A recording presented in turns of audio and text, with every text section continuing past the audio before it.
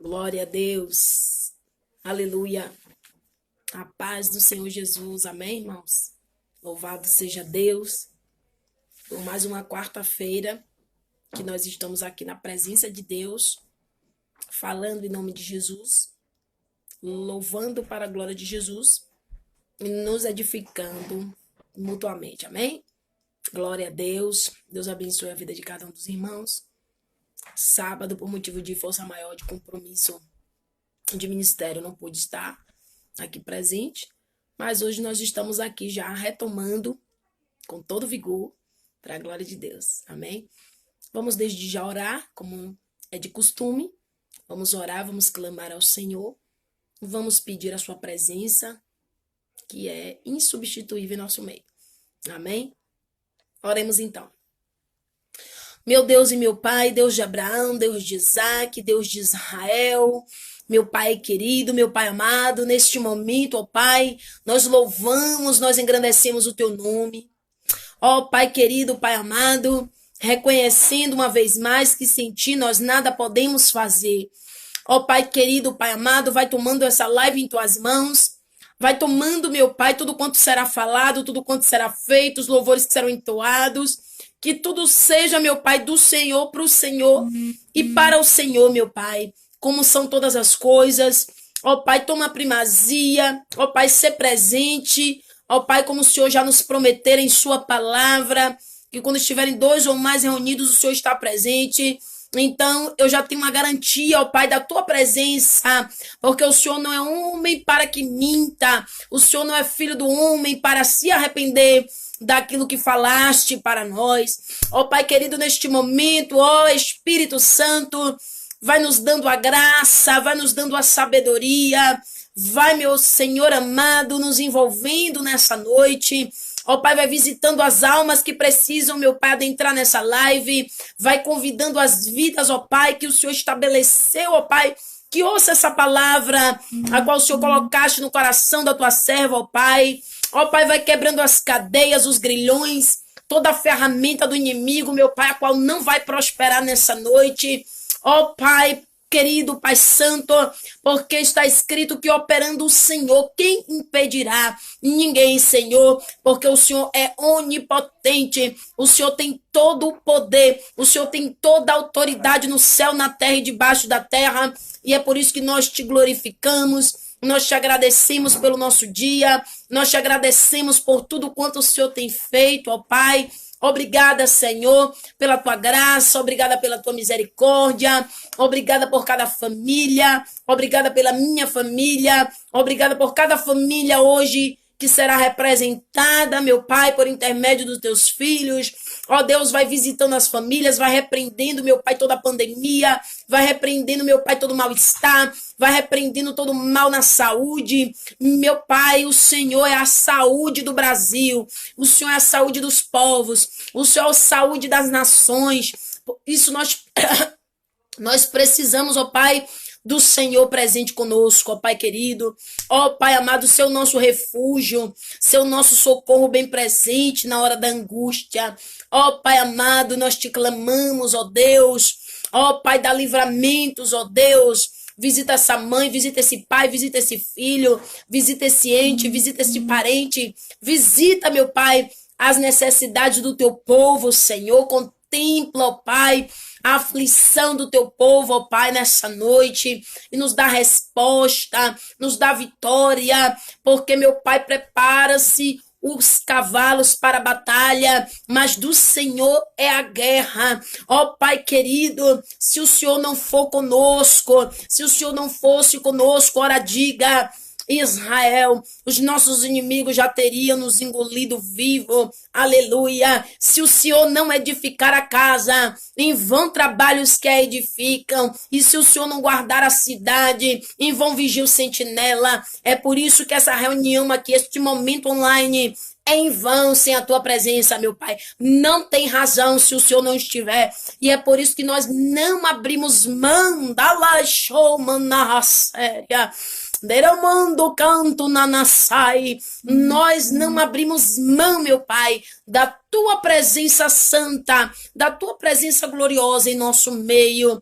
E desde já, meu Deus, meu amigo, meu amado, nós já te agradecemos em nome de Jesus. Glória a Deus. Oh, glória. A paz do Senhor uma vez mais, queridos. Sejam bem-vindos. Os irmãos que estão aí acompanhando, Deus abençoe a sua vida, Deus abençoe a sua família, Deus te dê toda a sorte de livramentos, em nome de Jesus, amém? Amados, mais uma quarta-feira aqui na presença de Deus, motivo de alegria, vamos louvar ao Senhor, com algum hino da harpa cristã, logo após a nossa missionarinha Esther, vai dar o ar da graça hoje, viu? Estherzinha hoje vai dar uma palavra forte aqui que Deus colocou no coração dela e vai dar lugar para o Espírito Santo, amém? Vamos louvar ao Senhor, você que tem o seu hino da harpa cristã, você que não tem também, ouça, são hinos antigos, inspirados pelo Espírito Santo, são hinos cheios da graça de Deus, são hinos que vão penetrar o teu coração e que vão falar contigo, amém? Então você que sabe, louva aí junto comigo, você que não sabe, recebe pela fé. Hino 192 da nossa harpa cristã. É bênção, irmão. Hino 192 da nossa harpa cristã. Vamos exaltar a esse que morreu por nós. Vamos exaltar esse sangue bendito que nos deu vitória. Amém? Hino 192 da nossa harpa cristã. Quem sabe louva aí. De casa, você louva daí que eu louvo de cá. Amém? Pelo mundo brilha a luz, desde que morreu Jesus, pendurado lá na cruz do Calvário, os pecados carregou e de culpa nos livrou, com o sangue que manou no Calvário. Pelo sangue, somos redimidos, sim, pelo sangue carmesim, pelo sangue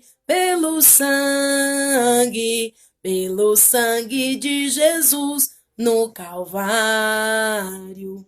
Antes tinha muito temor, mas agora tenho amor, pois compreendo o valor do Calvário. Eu vivi na perdição, mas achei a salvação pela grande redenção, o Calvário. Pelo sangue, somos redimidos, sim, pelo sangue carmesim, pelo sangue de Jesus no Calvário.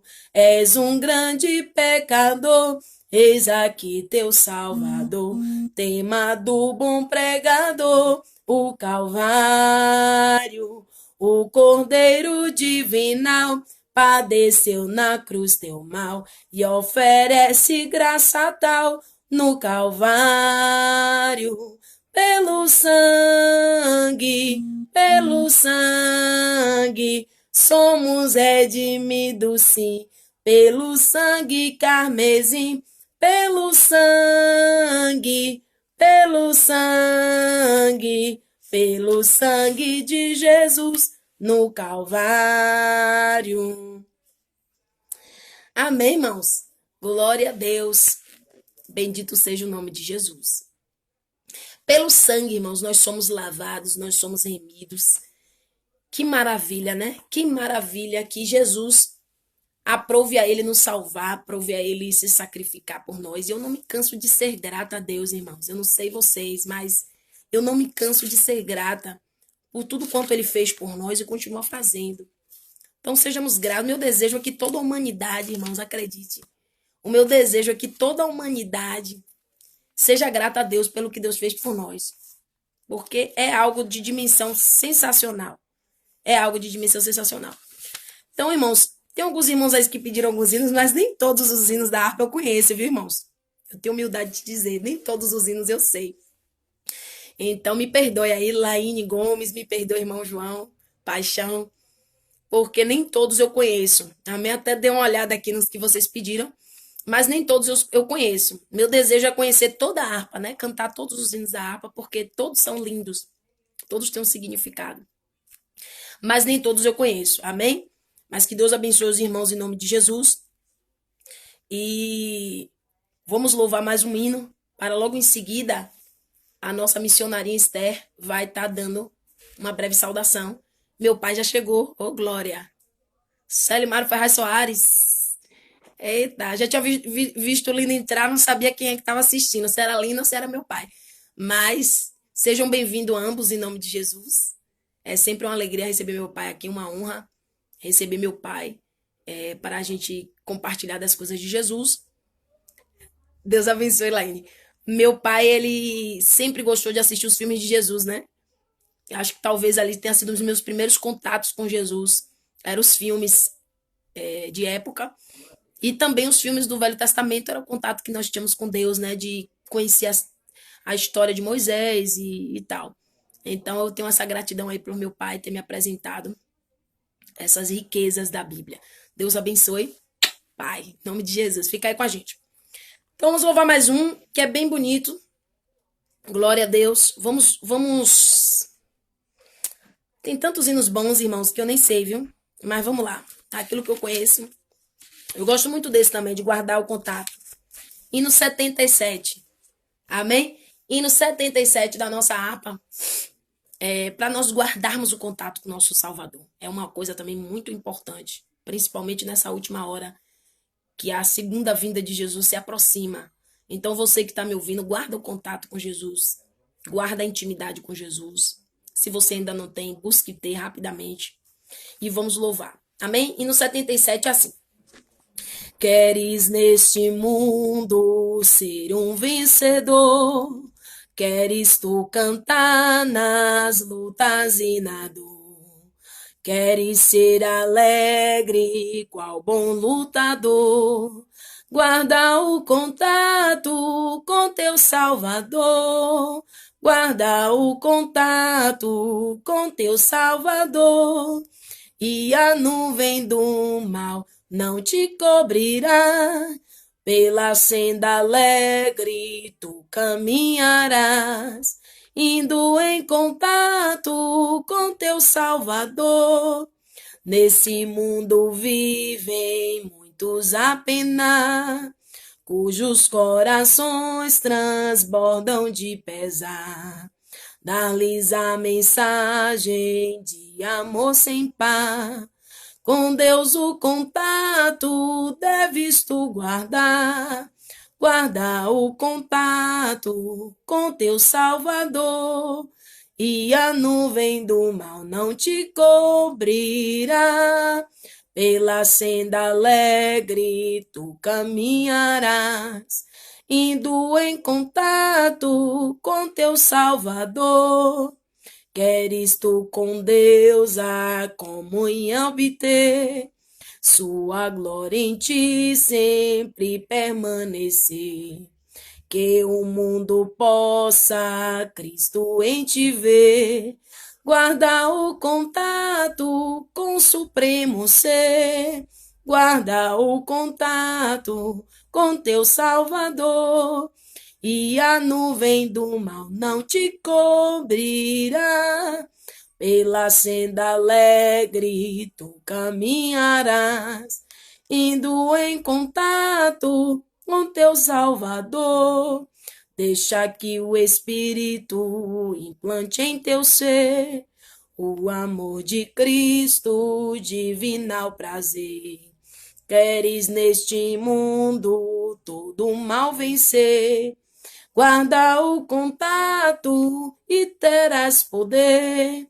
Guarda o contato com teu Salvador, e a nuvem do mal não te cobrirá. Pela senda alegre tu caminharás, indo em contato com teu Salvador. Amém, irmãos? Guardemos o contato com Deus, seja onde você estiver. Tem gente que diz assim, eu não tenho tempo, eu não tenho tempo de orar, eu não tenho tempo, eu trabalho, eu estou na faculdade, eu estou na pós-graduação. Irmãos, guarde o contato. Está dirigindo? conversa com Deus, coloca um louvor. Tá no ônibus, se liga com Deus, pega o celular, coloca um fone, coloca um louvor. Tá em casa fazendo faxina, louva ao Senhor, ora ao Senhor, conecta a sua mente. Quando está dizendo aqui o hino, guarde o contato, não perca a oportunidade de falar com Deus. Não perca a oportunidade de contactar com Deus. Se nós gostamos de estar tão contactados com as pessoas, né? Seja via WhatsApp, seja via message, seja como for, nós queremos estar conectados, nós queremos estar online. Então esteja online com Jesus também. Amém? Dê a oportunidade dele de falar contigo durante o dia e também dê a oportunidade a ele de te ouvir durante o dia, ouvir seus agradecimentos, ouvir também as suas petições, ouvir a sua ação de graças, ouvir os teus louvores. Guarde o contato com o Senhor, amém? Então, nessa noite, vamos ouvir também a nossa missionária Esther, que vai estar com a oportunidade de falar algo que Deus colocara no teu coração, amém? Estherzinha pode vir.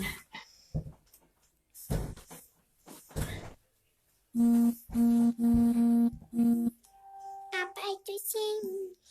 paz do Senhor, eu tô aqui com uma palavra De Deus. de Deus.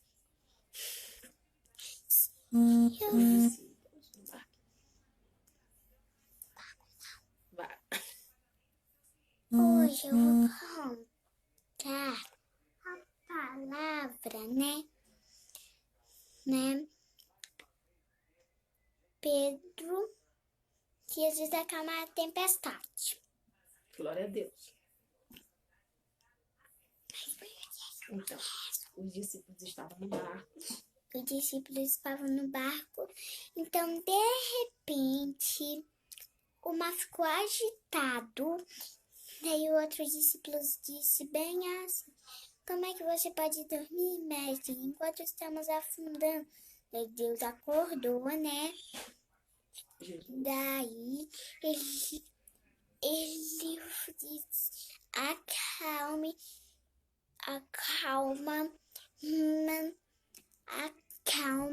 né? E o mar se acalmou.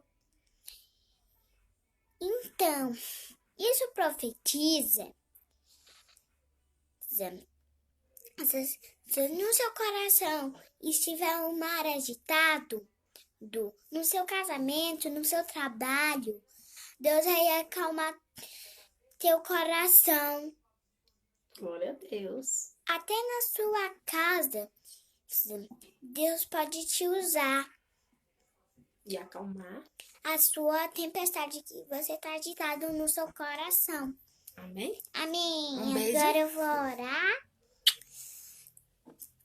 Agora eu vou orar, né? Porque a minha mãe vai pregar. Amém. Senhor Deus, por favor, que essa live seja muito agradável e que a minha mãe seja já cheia do Espírito Santo. Amém. Glória a Deus. Aleluia. Tchau. Até eu também posso aí dessa tempestade que vai se acalmar, né? Na sua vida, na minha vida. Às vezes o mar tá revolto, né, irmãos? Né? Que coisa linda sair de uma criança, essa profecia para nós. Que a tempestade, ela vai se acalmar. Eu não sei onde tem uma tempestade sobre a tua vida, sobre a tua casa, mas como foi profetizado pela nossa missionarinha, Jesus, ele vai acalmar essa tempestade. Esse mal que quer destruir o seu casamento, esse mal que quer destruir a sua família, esse mal que quer destruir a sua vida, em que esfera for. Jesus, ele tem poder, não só tem poder, como se você tiver fé, de chamar ele, né? Como aqueles discípulos chamaram e disseram: mestre, acorda-te, estamos perecendo. E naquele momento Jesus acorda daquele barco e ele repreende toda a tempestade. Amém? Receba e tome posse em nome de Jesus. Meu pai já tá na corujice aí, né, meu pai? Eu tô ficando até com ciúme desse negócio. Amém, queridos? Então, sem mais delongas, eu quero compartilhar com os irmãos uma palavra que Deus colocaram no meu coração, certo? Uma palavra bem conhecida. Duvido que algum de vocês nunca tenha ouvido essa mensagem. Duvido. Só que eu confio no poder de Deus de trazer algo novo para nós. diante de uma mensagem tão conhecida. A palavra de Deus, ela tem essa capacidade de cada vez que a gente medita nela, vem algo novo. Então está aí João capítulo 8, Evangelho segundo escreveu João, capítulo de número 8. Se tiver com a sua Bíblia, medita junto comigo. Se não tiver, ouça, que a fé vem pelo ouvir. João capítulo de número 8. Vamos meditar nesse rico episódio de Jesus na terra. Amém? Diz assim a palavra do Senhor, acerca da mulher adúltera. Capítulo de número 8, versículo 1 diz assim: Jesus, entretanto, foi para o Monte das Oliveiras. De madrugada, voltou novamente para o templo, e todo o povo ia ter com ele. E assentando, os ensinava. Versículo 3. Os escribas e fariseus trouxeram à sua presença uma mulher surpreendida em adultério e fazendo-a ficar de pé no meio de todos. Disseram a Jesus: Mestre, esta mulher foi apanhada em flagrante de adultério. E na lei nos mandou Moisés que tais mulheres sejam apedrejadas. Tu, pois, o que dizes? Isto diziam eles, tentando-o, para terem do que o acusar. Mas Jesus, inclinando-se, escrevia na terra com o dedo. Como que insistissem na pergunta, Jesus se levantou e lhe disse: aquele que dentre vós estiver sem pecado, seja o primeiro que lhe atire a pedra. E tornando a inclinar-se, continuou a escrever no chão. Mas ouvindo eles esta resposta, e acusados pela sua própria consciência, foram se retirando um por um, a começar pelos mais velhos até os últimos, ficando só Jesus e a mulher no meio, onde estava. Guarde isso, no meio. Erguendo-se Jesus e não vendo a ninguém mais, além da mulher, perguntou-lhe: Mulher, onde estão aqueles teus acusadores? Ninguém te condenou? E respondeu ela: Ninguém, Senhor. Então lhe disse Jesus: Nem eu tampouco te condeno, vá e não peques mais. Amém? Glória a Deus. Quem nunca viu, irmãos, esse episódio, seja nos filmes, né, período da Páscoa, período de Natal, que a TV sempre mostra, seja na igreja, ou seja mesmo no cotidiano nosso, sempre é citado essa história, né, de Jesus. O povo sempre comenta, né? Ah, Jesus não condenou a mulher adúltera. Então vamos extrair algo especial, algo do céu nessa noite, sobre esse episódio de Jesus com essa mulher. Louvado seja Deus, amados. Nós estamos aqui diante de uma passagem, né, a qual Jesus sabemos que passa cumprindo o seu ministério na terra, e ele estava ali após a festa dos tabernáculos. Isso aqui foi logo após ali o último dia da festa dos tabernáculos, a qual era comemorada pelos judeus. Então, amados, Jesus, após esse período aí festivo, Jesus ele vai para o Monte das Oliveiras, louvado seja Deus, orar. E eu sempre menciono aqui o contato, né? Nós cantamos aqui sobre guardar o contato com o nosso Salvador. Jesus, ele mantinha um contato com Deus. Jesus, uma vez que ele... Ah, irmã, mas Jesus não é Deus, sim. Mas Jesus estava na qualidade de homem. E na qualidade de homem, a nossa carne é limitada. E precisamos manter o contato com Deus para que possamos cumprir a sua vontade na terra. Então, Jesus nos dá o exemplo, sendo perfeito e não tendo cometido nenhum pecado, mesmo como homem, ele não deixa de guardar o contato com Deus. Você pode ver em muitos versículos bíblicos Jesus se retirando para orar. Indo Jesus adiante, orava. Indo Jesus mais à frente, orava. Então Jesus, ele guardava o contato com o Senhor. Da mesma forma nós precisamos fazer. Porque ninguém, tem um ditado, né, que diz que ninguém pode se levantar para ensinar se não se senta para aprender. Então eu não acredito nisso também. Todos que ensinam precisam também ser ensinados. Eu, para estar aqui compartilhando algo de Deus contigo, eu primeiro preciso estar com Cristo, para que Cristo me instrua primeiro, para que Jesus esclareça o meu entendimento primeiro. Assim tem que ser com todo pregador, com todo pastor. Ele não pode ministrar algo sem primeiro ter estado com Jesus, sem primeiro ter sido ministrado por ele. Então Jesus, ele foi para o monte orar, aleluia, e de madrugada ele volta para o templo e todo o povo ia ter com ele e os ensinava. Irmã, olha a responsabilidade, olha a grande responsabilidade que estava sobre os ombros de Jesus. Seja bem-vinda, dona Alice. Deus abençoe. Olha o peso da responsabilidade, irmão, de ministrar multidões. Para você ministrar uma multidão, você tem que estar muito cheio do Espírito Santo. Você precisa estar muito cheio da graça de Deus. Você precisa estar com bastante contato. Então, por isso, Jesus tinha o seu período de oração. É como se ele ali enchesse a sua botija para que, ao ensinar a multidão, ele ali transmitia aquilo que ele captava com Deus. Então, da mesma forma, tem que ser nós. Vai pregar, ore, jejue, se consagre, para que tenha algo de Deus na sua vida, para que você venha transmitir às pessoas. Para não ser aquele discurso vazio, que às vezes acontece, inclusive na igreja, de pessoas que não se prepararam, não oraram, não buscaram o Senhor. Então, a gente não consegue contemplar a glória de Deus na vida daquela pessoa. A gente não consegue sentir algo de Deus. Por quê? Porque ela não teve contato. Antes de ministrar as pessoas, você precisa ter um contato com Deus. Amém? Então, Jesus, ele nos ensinava isso. Então, já começo aqui esmiuçando essa parte. Porém, ao Jesus estar ensinando, os escribas e fariseus não deixavam Jesus em paz, né? Versículo 3. Eles tinham o objetivo de pegar Jesus em alguma falha, irmãos, porque todo invejoso, ele é assim. Toda pessoa que é movida pelo espírito da inveja, né?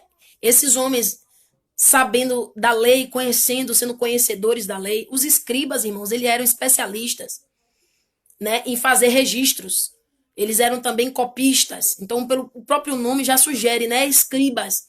Eles escreviam, né, documentos ali, inclusive relacionados à lei, relacionados à Torá, né, a lei mosaica, que se refere aos primeiros 5 livros da Bíblia, chamados também de Pentateuco. Gênesis, Levítico, Números, Deuteronômio e por aí vai. Então, são os 5 primeiros livros da Bíblia que se refere ao Pentateuco, os livros que o pessoal atribui a Moisés. Amém, irmãos? Então, amados, estes homens, eles, apesar de conhecerem a Torá, apesar de serem, né, os fariseus no caso, já falei sobre os escribas, os fariseus no caso, eles eram, fariseu significa separado, irmãos. Aqueles homens eram considerados o povo mais próximo de Deus na terra, em um determinado período ali, no século 2 a.C. Foi quando eles surgiram. Então era um povo zeloso da lei, era um povo que guardava a Torá, que é justamente a lei mosaica, a lei dada por Deus a Moisés. Só que com o tempo esse povo foi se corrompendo.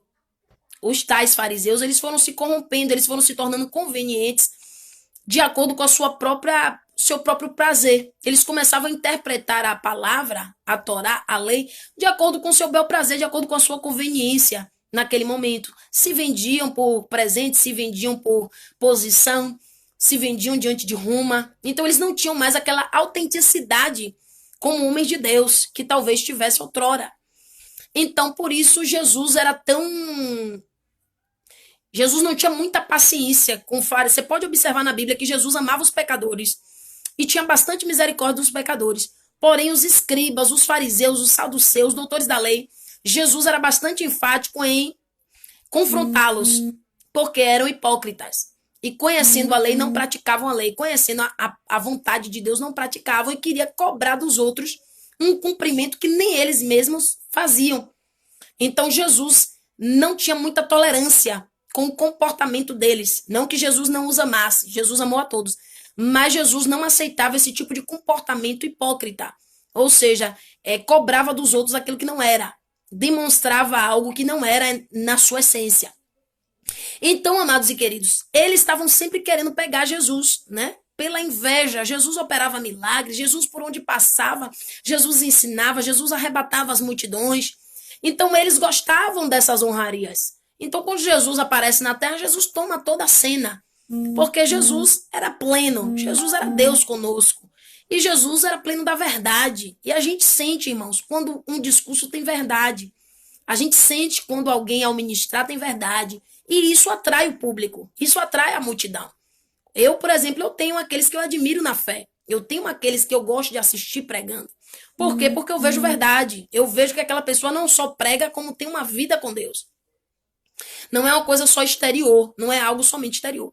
Então, esses doutores da lei, movidos da inveja, eles buscavam pegar Jesus em qualquer ocasião para terem o que acusá-lo. Uma vez que as multidões comentavam de Jesus, dos milagres, das maravilhas, então Jesus causava um verdadeiro alvoroço por onde ele passava. Uns diziam que ele era charlatão, outros diziam que ele era o Emanuel, Deus com o Messias esperado.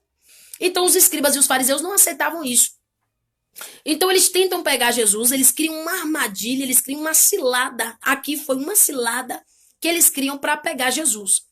Neste momento aqui, a Bíblia vai dizer que os escribas e fariseus eles trazem uma mulher que foi pega em flagrante adulterando. Então ela vem em flagrante de adultério, eles surpreenderam ela em flagrante cometendo adultério, e eles trazem essa mulher e faz ela ficar de pé no meio de todos, na presença de todos. E diz a Jesus, ó Jesus, essa mulher foi apanhada em flagrante. Ainda chama de mestre, viu? Na hipocrisia deles ainda chamam Jesus de mestre. Mesmo não crendo que Jesus era o Salvador. Então eles dizem, mestre, essa mulher foi apanhada em flagrante de adultério. E na lei nos mandou Moisés que tais mulheres sejam apedrejadas. Tu, pois, o que dizes? Isso aqui, irmãos, esses hipócritas, os escribas e fariseus, eles não estavam nem um pouco preocupados com a lei. Eles não estavam preocupados com a lei, nem zelar pela lei, nem zelar pela Torá. Na verdade, é que eles estavam preocupados em pegar Jesus. Então, aqui eles usam um subterfúgio, eles usam aqui um pretexto para poder pegar Jesus em uma ocasião. Por quê? Eles sabiam que Jesus era conhecido como um pai de misericórdia, um mestre misericordioso. Então eles dizem, olha só, nós vamos levar essa mulher pega em adultério. Se ele condenar a mulher, ele não vai ser mais visto como um Deus de amor. Ele não vai ser mais visto como um Senhor misericordioso. Então vai acabar com essa imagem dele de misericórdia. E isso vai nos favorecer diante do povo. E se em contrapartida ele condenar a mulher e disser que a mulher verdadeiramente tem que ser apedrejada, então, aleluia, se ele condenar a mulher, louvado seja Deus, ele vai ser visto como um Deus que não tem misericórdia, voltando. E se ele não condenar a mulher e deixar a mulher ir, ele vai ter sendo visto como um transgressor da lei. Ele vai ser visto como alguém que não zelava pela lei de Moisés. Então, como a lei de Moisés era extremamente zelada naquela época, e todos que falavam em nome de Deus tinham que ter respeito por essa lei, então eles queriam pegar Jesus de alguma forma. Nas duas ocasiões, Jesus seria pego. Ou ele seria visto como um Deus que não tinha misericórdia, o que seria bom para eles, ou ele seria visto como alguém que não guarda a lei, não tem zelo da lei. Então seria acusado de blasfemador da mesma forma, por estar falando em nome de Deus e não guardar a lei mosaica. A lei que Deus tinha dado a Moisés, ali os 10 mandamentos, primordialmente falando, os 10 mandamentos dados a Moisés nas tábuas da lei.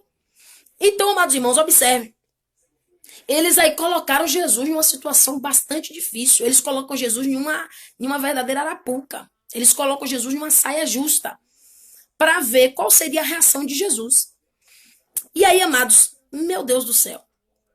Detalhe importante para a gente falar antes da aplicação da mensagem. Detalhe importante. De fato, irmãos, a lei condenava esse tipo de ação. O adultério, desde o período do Êxodo, né, quando Deus lavra ali, quando Deus escreve nas tábuas da lei, a prática do adultério ela é condenada biblicamente, né? Ela era mais amplamente condenada ainda pela lei dada a Moisés, que foi ali escrita nas tábuas da lei e ali transmitida para o povo. Então, um dos mandamentos era não adulterarás, ponto. O povo sabia. E, além disso, lá em Levítico, a Bíblia vai dizer, louvado seja Deus, Levítico capítulo 20, versículo 10. A lei tinha sido dada, né, em Êxodo capítulo 20, versículo 14.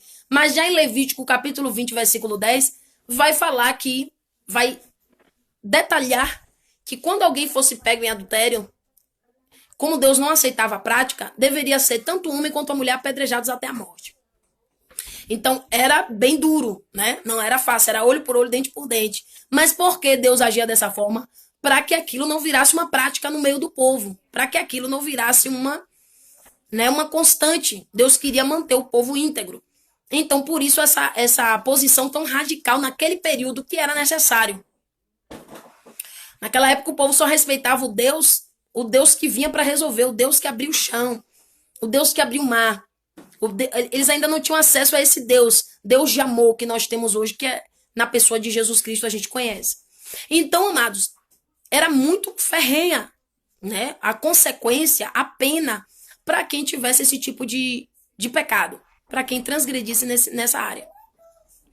Então, amados, de fato, os fariseus estavam respaldados pela lei. Eles estavam respaldados pela lei de Moisés. Então, ele tenta pegar Jesus naquilo que Jesus não pode contrariar. Se ele vem falar em nome de Deus, ele não pode contrariar a lei que foi dada pelo próprio Deus. Só que aí o que Jesus faz, irmãos? Outro detalhe importante. Eles trazem essa mulher no meio de todos. Eles trazem essa mulher. 2 pontos importantes para a gente mencionar aqui. Cadê o homem que tinha adulterado com essa mulher? Uma coisa muito importante aqui. Se a lei, lá em Levítico, prescrevia ali, detalhava ali, que os 2 deveriam ser apedrejados. Então, por que só a mulher estava sendo julgada para a condenação posterior e o homem não estava? Então, aqui a gente já vê que esse juízo não estava sendo um juízo correto. Esse tribunal, entre aspas, que eles estavam montando aqui ao ar livre, não estava sendo justo. E uma das características do nosso Deus é a justiça. Você vai ver em Salmo 116, versículo 5. O Senhor é misericordioso e justo. O nosso Deus é compassivo. Então, em primeiro lugar, Jesus não iria compactuar com essa injustiça. Nós sabemos que essa sociedade aqui, queridos, era extremamente machista. Então, a mulher tinha poucos direitos, a mulher não tinha voz. Então, geralmente, se protegiam os homens e as mulheres ficavam. Tudo era culpa das mulheres, né? Como muitos, até hoje, em Israel, ainda atribuem à mulher, né, a questão do pecado ali no Éden. Sendo que Adão também teve a sua parcela de culpa. Então, Jesus não iria ali compactuar com aquilo. Uma vez que o homem que também foi pego em adultério deveria estar ali presente para também ser avaliado, para também ser julgado. Então já começou por aí o erro.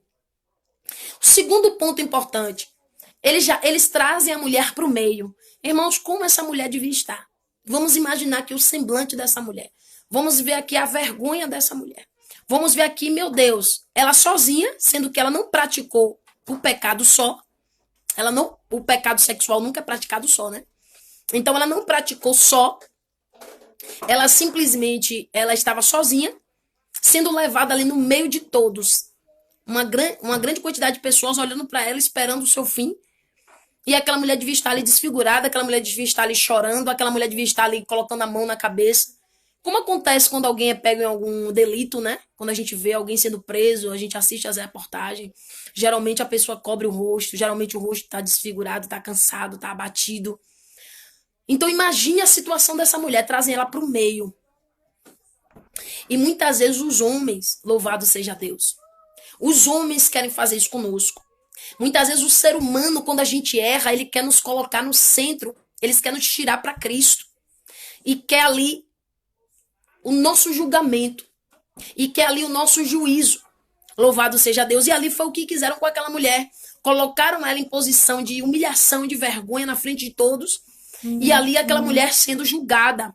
Sendo feito ali um juízo de valor a respeito daquela mulher. Louvado seja Deus. E aquela mulher estava ali no meio, irmãos. Imagine a cena, no meio, sendo acusada ali por aqueles homens. E ali eles fazem uma pergunta a Jesus, que nós já lemos. O que você diz? Eles queriam saber qual era a opinião de Jesus para poder acusá-lo de qualquer maneira. Isso diziam eles, versículo 6, tentando para terem do que o acusar. Mas Jesus, inclinando-se, escrevia com o dedo. Olha que coisa fantástica. Jesus, ele não se precipita, irmãos, é incrível. Eclesiastes capítulo 13 vai dizer que há um tempo determinado para todas as coisas, até mesmo para julgar situações. Amados, eu quero abrir um parêntese aqui para falar algo bastante interessante. Porque tem muita gente que usa, aleluia, usa aqui essa palavra para poder muitas vezes justificar suas falhas. E esse aqui não é o objetivo da mensagem. Não foi para isso que Jesus deixou essa mensagem aqui na palavra. Observe aqui a situação. A Bíblia vai dizer, não julgueis, todos conhecem essa palavra, né? Não julgueis para que não sejais julgados. Pois com o juízo que julgares, sereis julgados. Com a medida que vos medides, vos medirão. Então, o que a Bíblia está falando com isso? Não julgueis para que não sejais julgados. Porque com a medida que você medir, você vai ser medido. Jesus está dizendo para você assim, cuidado quando você for julgar alguém, porque quando chegar a sua vez, você vai ser julgado na mesma medida. Se você é um juiz, você julga uma situação sem nenhum tipo de tolerância, se você julga uma causa sem analisar, se você julga uma causa sem dosar a justiça com a misericórdia, esse mesmo peso vai vir com você. Esse mesmo peso vai vir para você quando chegar a sua vez. Porque todos nós erramos e Deus sabe disso.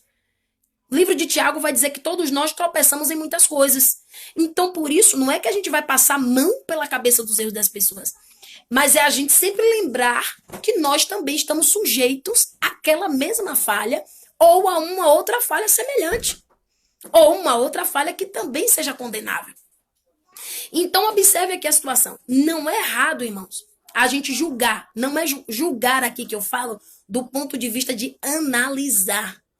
A Bíblia diz que os santos, os servos de Jesus, vão julgar o mundo naquele grande dia, quando Jesus voltar. Isso é bíblico. Nós iremos julgar o mundo, é o que o apóstolo Paulo fala. Inclusive os anjos caídos, que hoje são demônios. Então nós julgaremos. Então Deus espera que nós tenhamos sim autoridade para julgar situações. Autoridade para distinguir. Por que existe o juiz de paz hoje, irmãos? Por que existe o juiz de paz? Que é justamente aquele que é um árbitro ali entre situações conflitantes. Não é isso? Quando alguém se divorcia, por que tem que ter ali muitas vezes um juiz de paz? Tem que ter um conciliador, tem que ter alguém para verificar os interesses dos dois lados. Então, o juízo é fundamental a toda a sociedade, irmãos. Nós sempre seremos julgados e julgaremos também. Mas julgar não no sentido de condenar, julgar no sentido de avaliar. Se seu filho chegar em casa, seu neto, dona Alice, você tem mais de um neto. Se um neto disser, ele me bateu, aí o outro vai dizer que me bateu foi ele. Como é que a senhora vai ter que fazer o quê? Um julgamento. A senhora vai ter que avaliar e ver quem realmente está com a razão. Quem está certo, quem está errado, quem precisa melhorar, se os dois estão errados. Então, o julgar faz parte da nossa vida. Não tem para onde correr isso aqui. Inclusive, o apóstolo Paulo ele vai dizer aos coríntios, porventura não existe entre vocês nenhum sábios que possa julgar entre vocês causas. Porque em todo ambiente que nós vivemos existem conflitos. Seja na igreja, seja na nossa casa, seja na faculdade, seja no trabalho, sempre vai ter momentos de atrito em que o meu interesse conflita com o interesse do outro. Então vai ter que ter alguém, seja o gerente, seja uma pessoa mais experiente, que vá ali ouvir as duas partes e chegar à conclusão de quem está com a razão ou não. Então a mesma Bíblia que diz não julgueis para que não sejais julgados, é a mesma Bíblia que vai dizer não julgueis pela aparência, mas julgue pela reta justiça. Então, qual é o conselho de Deus para nós aqui? Quando você tiver que avaliar uma situação, avalie com justiça. Avalie, pondere. Procure saber os motivos da pessoa. Converse com a pessoa que está sendo acusada. Procure saber o que está acontecendo antes de você estabelecer um veredito. Antes de você fazer uma concepção. Então, Deus não aceita o juízo precipitado de qualquer situação. Então, você pode ver que Jesus aqui ele não se precipita, Jesus para e escreve na terra. Todo mundo esperando Jesus responder. Mas Jesus, ele é perito, Jesus é mestre. Jesus pensa. A importância de nós pensarmos, irmãos, para fazer qualquer coisa. Pense antes de falar. Isso serve para mim também. Pense antes de agir. Pense antes de dar um veredito sobre uma coisa para você não cometer o pecado da injustiça. Para você não ser injusto com alguém. Então é muito importante a gente conhecer, viu que alguém errou, procure saber a esfera do outro. Não para passar a mão pela cabeça, mas procure entender o contexto do outro. Eu me lembro, queridos, que uma certa feita, vou contar um testemunho aqui, uma certa feita nós fomos fazer uma obra evangelística. Eu não era casada ainda, eu me lembro que eu fui fazer uma obra com os irmãos na fé, e ali nós iríamos na igreja do Garcia, uma igreja muito abençoadora. E ali juntou pessoas de várias igrejas e cada um tinha seu carro. E aí juntou uma parte dos carros para evangelizar e levar pão e levar alimento para as pessoas que moravam na rua. E uma outra parte levava uma palavra para mulheres prostitutas que se prostituíam na rua na madrugada. E ali a gente levou um kit, um CD da pastora, uma pastora que estava com a gente, uma rosa e um Novo Testamento. A gente fez um kit para levar para as mulheres que se prostituíam na madrugada. E eu preferi fazer a obra com as prostitutas. E uma outra parte foi evangelizar com aqueles que moravam na rua. Irmãos, foi uma obra muito linda, uma obra muito linda, uma obra de amor muito linda. Deus abençoe a igreja do Garcia que tem essas iniciativas. E eu me lembro que eu fui abordar uma moça. Nós fomos uma boate que tinha lá na Pituba. Eu esqueci o nome da boate agora. Mas tem uma boate que existe ali na Pituba, louvado seja Deus. E quando nós estávamos ali, queridos, aí haviam várias mulheres que se prostituíam ali naquele lugar. E a gente ali na porta, começamos a dar os kits. E ali aqueles rapazes que eram tipo os cafetões dela, ficaram revoltados, né? Mas a gente não parou de falar de Jesus para aquelas mulheres. E, irmãos, a minha surpresa quando nós nos afastamos um pouco, algumas mulheres lindas, lindas essas mulheres que se prostituíam, elas vieram até a gente correndo e dizendo, eu quero meu kit, eu quero meu kit. E eu achei aquilo muito bonito, a sede que elas tinham de receber algo de Jesus, algo de Deus. E aí eu comecei a conversar com uma delas. Aí que tem a minha curiosidade de saber o que levou ela àquela vida. O que levou ela a essa prática. Então, quando a gente procura ouvir o outro, sem julgar, sem se precipitar no julgamento, a gente consegue compreender melhor o outro lado. E aí eu conversei com ela, eu disse, minha irmã, você crê que Jesus ele vai te tirar daí? Com forte mão. E ela começou a chorar. E ela começou a me contar a sua história. E ela me disse que vinha de outra cidade. E não sei se era Fortaleza, eu me lembro que era uma outra cidade, que não era Salvador. E que ali ela conheceu algumas amigas. Ela estava passando dificuldade, ela tinha um filho pequeno para sustentar.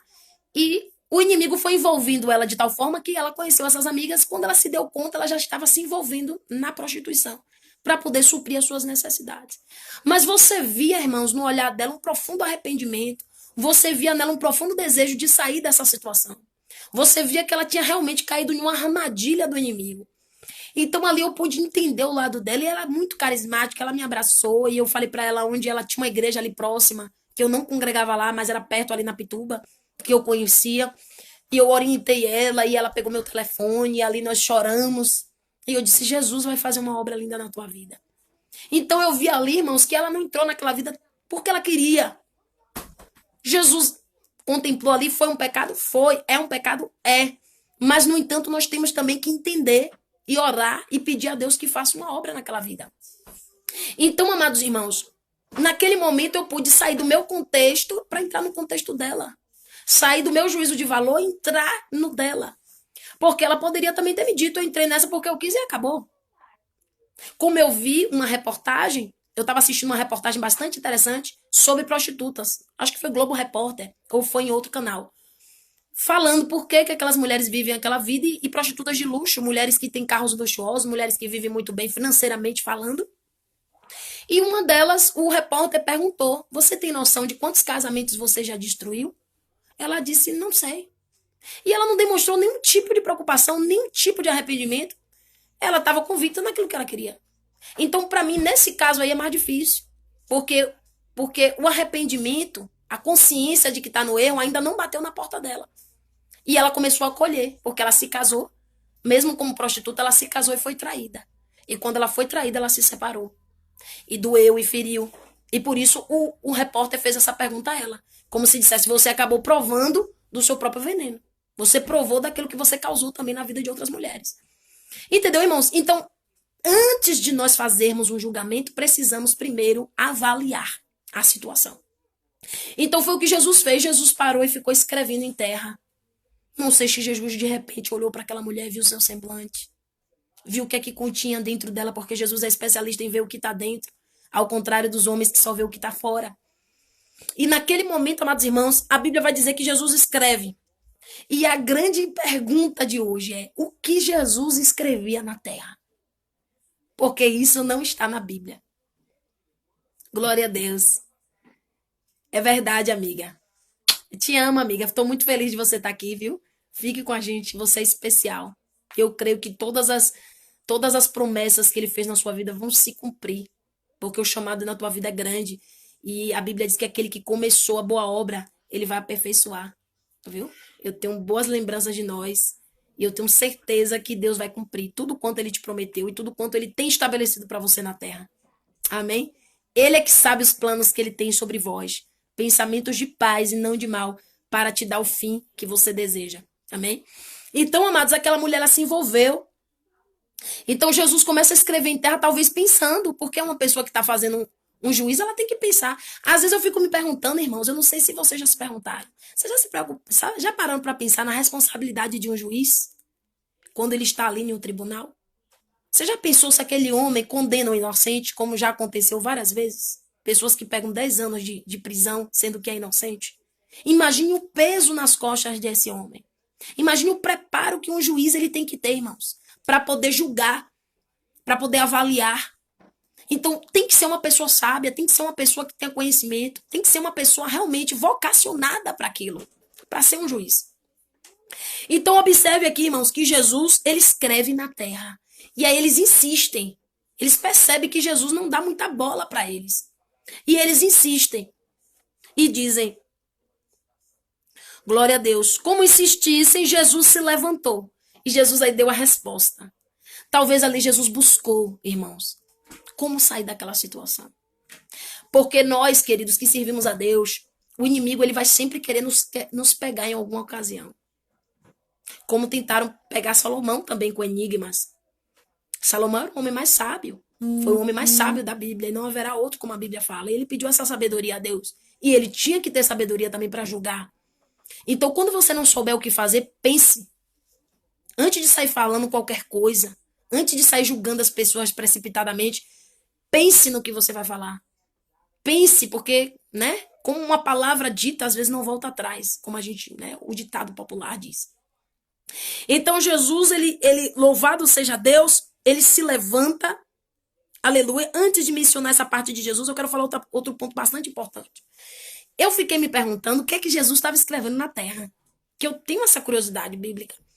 Eu fico orando, fico dizendo, Jesus, o que foi que o Senhor estava escrevendo na terra? O que foi, Senhor? Me revela. E tem muitas conjecturas a respeito disso. Tem muitos pregadores que conjecturam. O primeiro pastor que eu tive na minha vida, ele fala que Jesus estava ali escrevendo os pecados daquelas pessoas que estavam ali prontos a apedrejar aquela mulher. E não deixa de ser um bom ponto de vista, um ponto de vista razoável, né? Alguns dizem ali que Jesus estava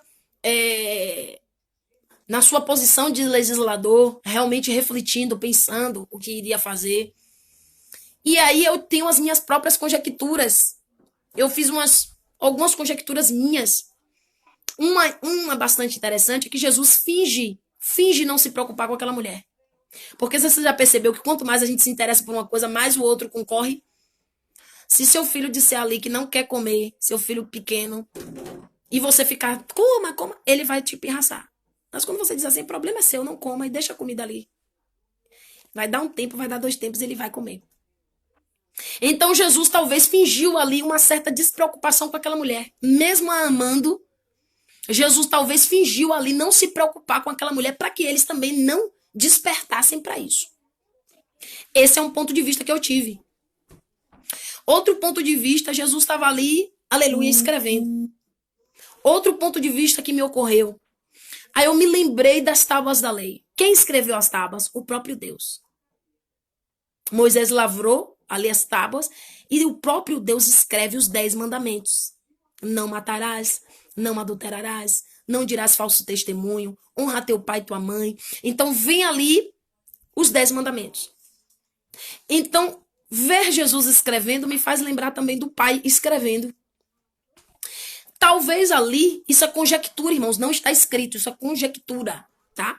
É um período que, uma parte na Bíblia que Deus dá como se fosse uma liberdade de você raciocinar, de você pensar, não chega a ser heresia. É apenas uma conjectura, dá margem à sua interpretação, à sua imaginação.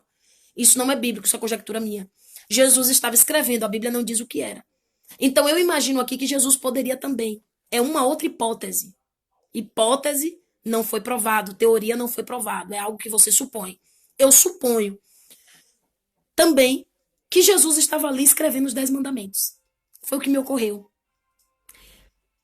Não matarás, não adulterarás, não dirás falso testemunho, guarde o sábado, não furtarás. Então eu imagino ali Jesus enumerando os 10 mandamentos.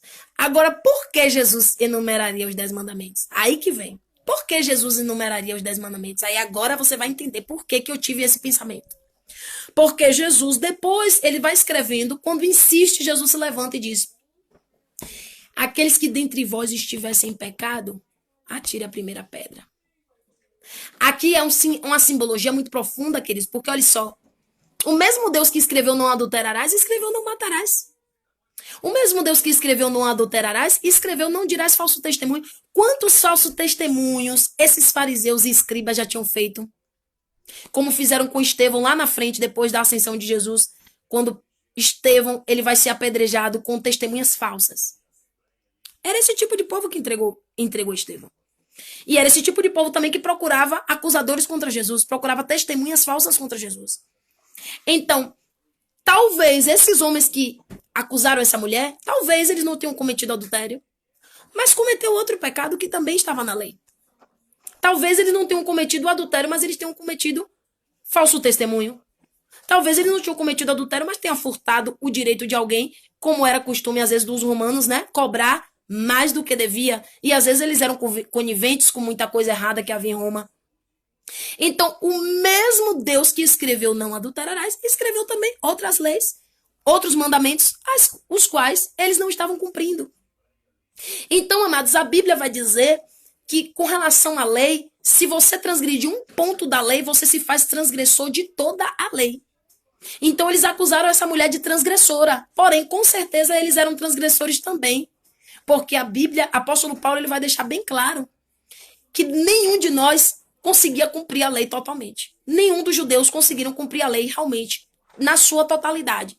Por isso, a necessidade de Jesus vir à terra. Louvado seja o nome de Jesus. Então não adiantava eles dizerem que não tropeçavam no adultério, mas eles tropeçavam em outras coisas.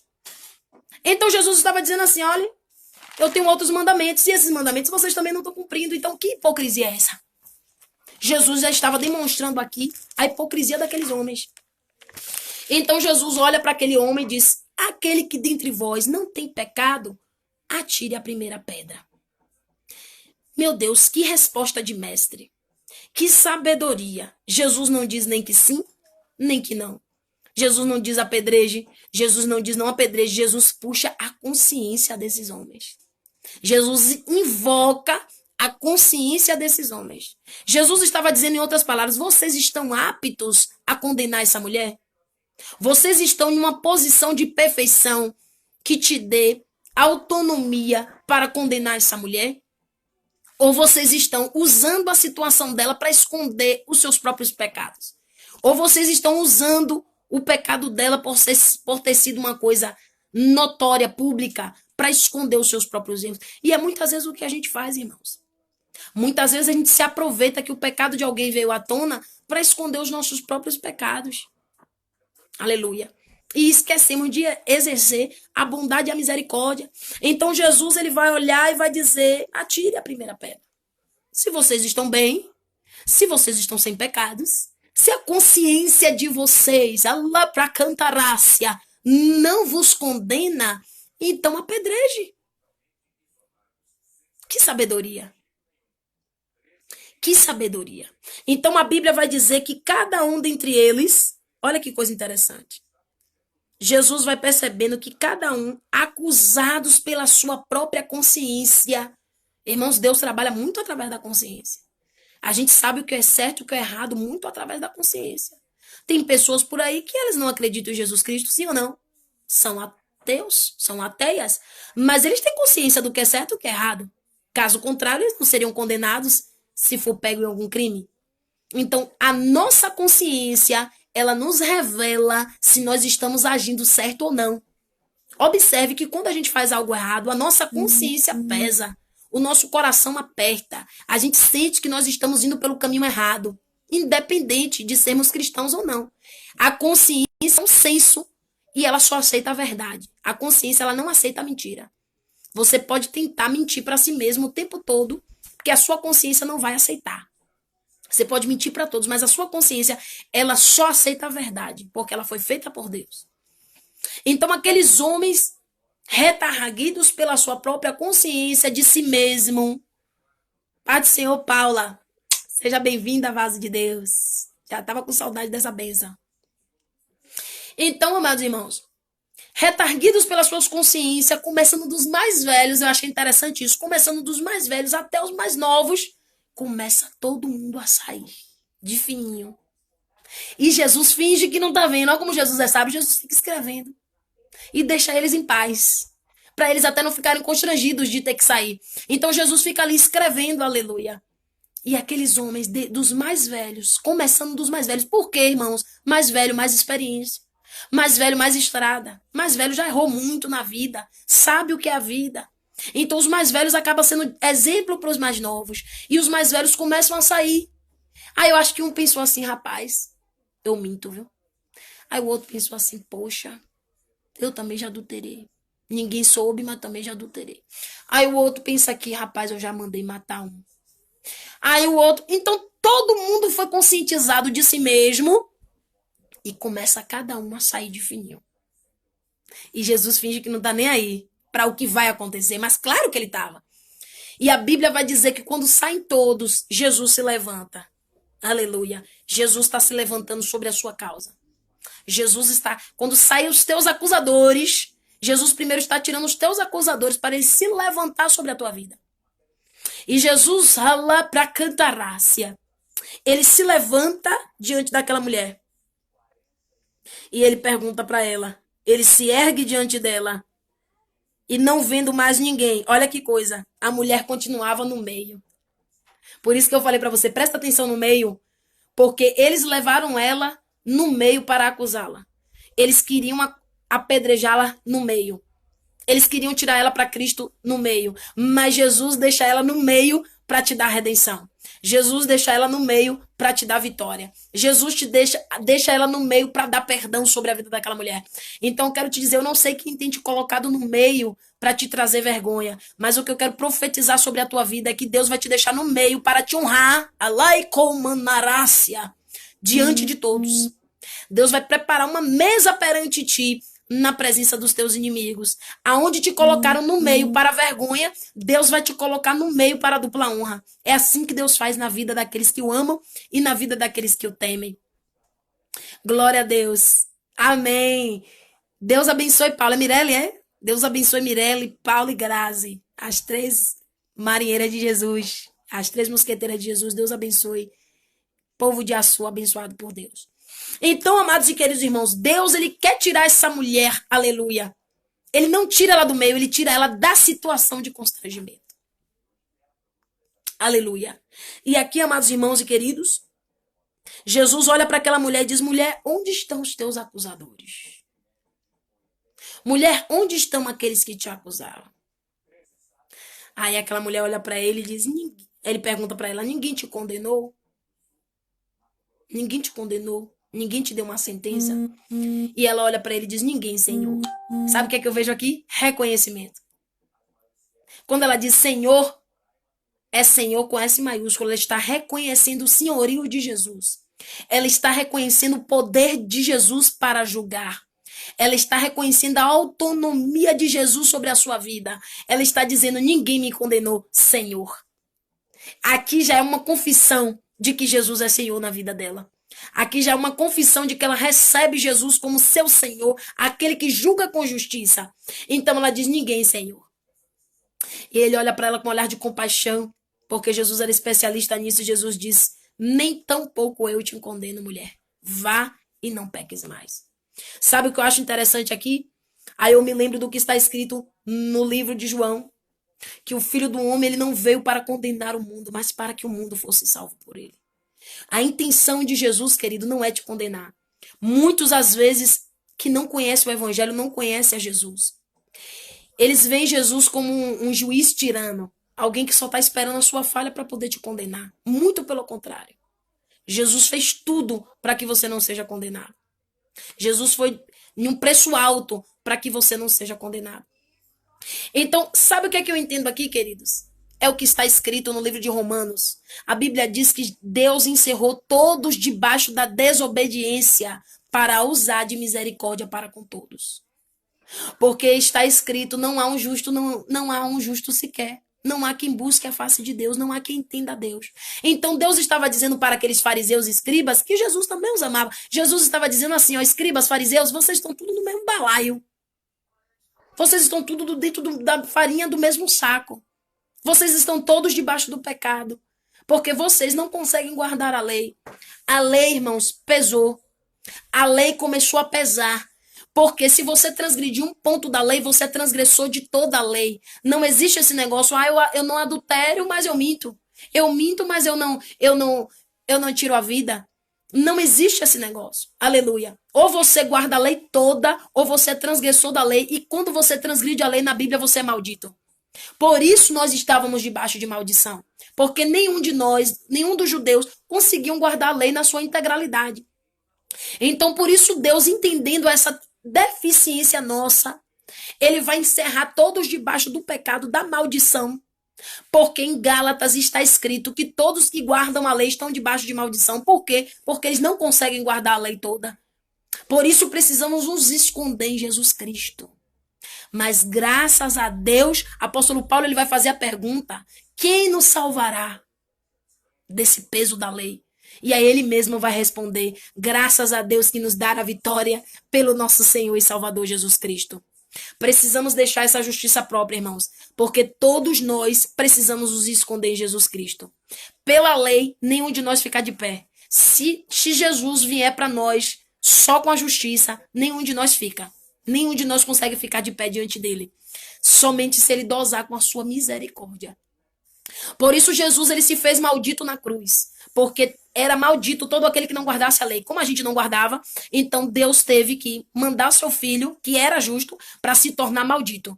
Então naquele momento ele diz: Priscila está sendo maldita, eu vou ser maldito por ela, para ela não ter que passar pela cruz. Mário é maldito, eu vou passar pela cruz por ele. Paulo é maldito, eu vou ser maldito por ela. Então Jesus toma a posição de ser maldito por amor de nós. Por isso ali ele vai sofrer tanto, porque todo aquele sofrimento ali era o que eu merecia e o que você merecia. Aquele sofrimento da coroa de espinhos era a gente que merecia. Aquele sofrimento ali de ser espancado era a gente que merecia. Aquele sofrimento, aquelas chicotadas, era a gente que merecia. Mas Jesus, sabendo da nossa fragilidade, ele se coloca na posição de líder e leva toda aquela maldição. Glória a Deus. Todo o decreto que estava sobre a sua vida, toda a condenação que estava sobre a minha e sobre a sua vida, Jesus ele levou sobre si. Jesus rasgou a cédula que havia contra nós de dívida. E por isso hoje nós temos liberdade. A lei que reina sobre nós, conforme está escrito na palavra, é a lei da liberdade. Como é isso, irmã? Não confunda liberdade com libertinagem. Não é porque Jesus te salvou, não é porque você é livre que você vai andar desordenadamente. Não. Você vai andar em espírito. Porque Jesus te deu o Espírito. Quando você aceita Jesus, você recebe o Espírito Santo que passa a habitar em você. E a Bíblia diz que ele te ensina tudo. A unção que está em vós permanece em vós e não necessita que ninguém vos ensine. O próprio Deus ele vai te orientando. Se você tem ele morando dentro de você, ele vai dizendo: Priscila, isso aqui está errado. Priscila, isso aqui está certo. Priscila, peça perdão ali. Priscila, conserte cá. Priscila, faça... Porque você já não é guiado pela lei. Você já está sendo guiado pela liberdade. Você é guiado pelo Espírito. Raicomanai. Você vai sair, mulher.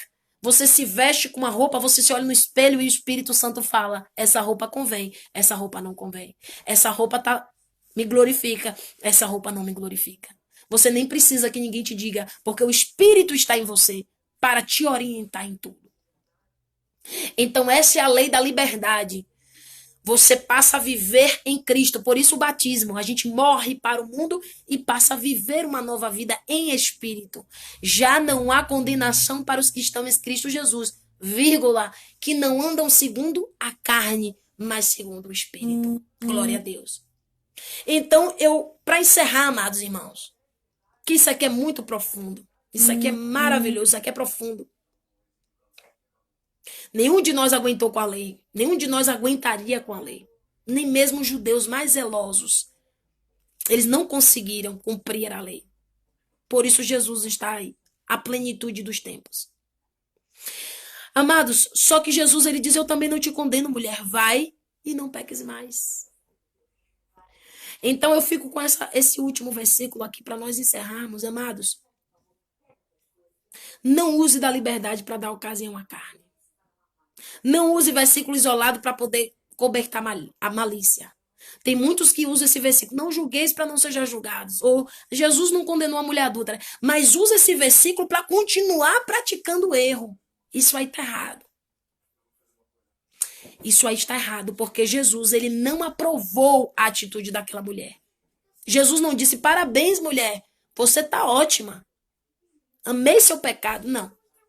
O pecado, ele continua fazendo separação entre nós e Deus, irmãos.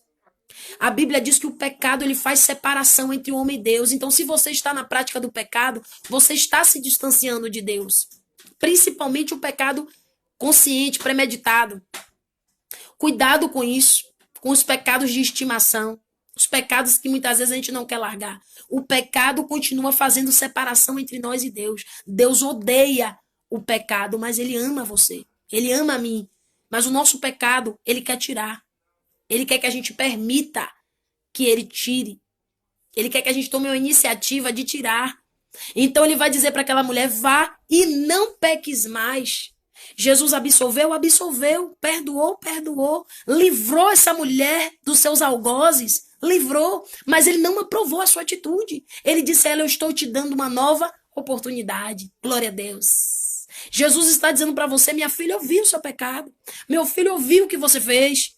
Mas eu não quero te condenar. Eu não quero te levar para o inferno. Não é isso. Não foi para isso que eu vim. Mas eu quero que você não peques mais. Arraicomanarácia. Jesus está dizendo para você nessa noite, eu estou disposto a passar uma borracha.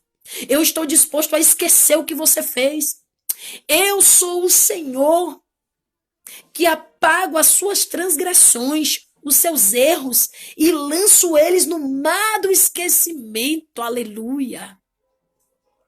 Você que Satanás está te acusando, porque, irmãos, quando a gente peca, Satanás acusa. A nossa própria consciência nos acusa diariamente. A gente já não sente mais a presença de Deus. A gente já não tem mais aquela mesma alegria, o mesmo júbilo. Mas a minha Bíblia vai dizer, filhinhos, não pequeis. Todavia, se pecardes, você tem um advogado junto ao Pai. Jesus está dizendo para você nessa noite, mulher, vá e não peques mais. Conserta o teu altar. Eu vou transformar a sua vida. A glória da segunda casa vai ser maior do que a da primeira. Em lugar de vergonha, você vai ter dupla honra. Porque Jesus nos honra até quando nós não merecemos. Jesus sabe como trabalhar. Jesus pegou uma mulher que estava no meio para ser apedrejada e coloca essa mulher no meio para receber honra, para receber cura, para receber libertação, para ter um encontro com Jesus. E Jesus hoje está te botando no meio, mulher. Não para te envergonhar, não para lançar em sua face o seu erro. Jesus está dizendo, não peque mais, minha filha, porque eu não quero ficar distante de ti. Não peque mais, meu filho, porque eu não quero ficar distante de ti. Uma vez que o pecado separa, Jesus ele não quer se separar de você. Então não peque. Com uma mulher que já foi traída, quantas mulheres que já foram traídas e às vezes perdoa o seu marido, mas será que ela quer que o seu marido continue praticando aquilo? Será que aquela mulher vai ter felicidade em ver que o seu marido continua com a mesma postura? Assim é Deus, irmãos. Deus tem sentimentos. Eu tenho uma mensagem sobre isso, que em outro momento eu vou pregar. Deus tem sentimentos. Zele pelos sentimentos de Deus, da mesma forma que ele zela pelos seus. Da mesma forma que ele zela para não te machucar. Da mesma forma que ele zela para te restaurar. Zele pelos sentimentos do teu Criador. Porque ele te ama e é um amor puro e inigualável. Então, nessa noite, eu quero encerrar dizendo para mim e dizendo para ti. Vá e não peques mais. Entenda essa palavra hoje como uma oportunidade. Ele hoje está te dando uma caixinha de oportunidade. E está te dizendo, aproveite. Aproveite e viva de uma forma melhor. Viva de uma forma digna. Viva de uma forma para ninguém vir te acusar. É assim que Deus quer para sua vida. É assim que Deus estabeleceu para tua vida. Foi para isso que ele te fez e foi esses os sonhos que ele teve para ti. Amém? Assim eu agradeço desde já esse momento contigo. Que Deus abençoe a tua vida. Que Deus te restaure. Que Deus te levante. Que Deus te faça triunfar em lugares altos. Amém? Vamos orar. Vamos agradecer a Deus por essa palavra. E que haja restauração. Nós vamos orar por isso. Restauração e cura. Você não vai usar essa palavra para continuar pecando. Não. Você vai usar essa palavra para ser uma pessoa transformada. Esse amor vai te envolver de tal forma que você não vai ter nem coragem de continuar pecando. Vamos orar. Meu Deus e meu Pai, meu amigo Espírito Santo. Meu Pai, eu te louvo por essa palavra que é lâmpada para os nossos pés e luz para os nossos caminhos. Meu Deus, em nome de Jesus, nos perdoe cada vez que assumimos a posição dos escribas, dos fariseus. Cada vez que estamos com a nossa mão com pedras para atirar em alguém. Cada vez que nós somos ávidos para condenar o próprio. Mas quando se trata da nossa família, quando se trata de nós, nós queremos a misericórdia. Meu Pai, nos ajude a não viver com balança enganosa. Nos ajude a não querer o bem só para nós. Mas nos ajude a espalhar a tua misericórdia, espalhar a tua graça sobre a vida das pessoas. Meu Pai, nos ajude também a não usar o teu amor para cobrir a nossa falha. Usar o teu amor para a cobertura da nossa malícia, para continuar errando, usando a tua palavra erradamente. Mas que nós possamos, meu Pai, ser perdoados para perdoar. Que nós possamos ser restaurados para restaurar. Para que o Senhor nos use nessa terra com poder e autoridade. Meu Deus, em nome de Jesus, nos perdoa quando queremos ser juízes sem misericórdia. Tem misericórdia de nós. E também, Senhor, nos livra quando nós estamos na posição também daquela mulher adúltera. Quando estamos, meu Pai, para sermos apedrejados, condenados. Quando o homem vem contra nós, sedentos de nos sepultar. Sedentos de nos afundar, sedentos de nos condenar. Mas, meu Pai, eu te glorifico porque o Senhor não veio para isso. Eu te glorifico porque o teu amor nos alcançou. Eu te glorifico porque o Senhor veio para que tenhamos vida. O inimigo, ele vem para nos roubar, nos matar e nos destruir. Rai como narasai. Tomando que narrasúria. Mas o Senhor veio para que tenhamos vida e vida com abundância. Meu Pai, eu te louvo, porque o Senhor não veio para condenar o mundo, mas para que o mundo fosse salvo por ti. Que possamos todos nos esconder nas tuas asas. Que possamos todos, meu Pai, esse castigo da lei que vem atrás de nós possamos ter o Senhor como nosso escudo. Nós possamos ser hoje justos, não na nossa justiça, mas justificados pela graça, justificados pelo teu sangue. Meu Pai, valha sobre nós. Rai canta narraço, ei canta naravassu. Meu Pai, começa agora a repreender a Satanás de cada uma das acusações. Começa agora, meu Pai, a nos advogar. Começa agora, Jesus, a abrir os teus livros em nosso favor. Rai de como narácia. Começa agora, meu Pai, a nos defender como nosso advogado e nosso futuro juiz. Por isso nós te louvamos. Nós te bendizemos, porque eu profetizo e creio que todos que aqui estão com o coração quebrantado, estamos saindo daqui justificados. Estamos saindo daqui perdoados. Estamos saindo daqui como aquela mulher adúltera saiu daquela situação com Jesus. Vá e não peques mais. Deus abençoe a tua vida. Deus abençoe a tua história. Deus te dê vitória. Deus te faça triunfar. Deus abençoe.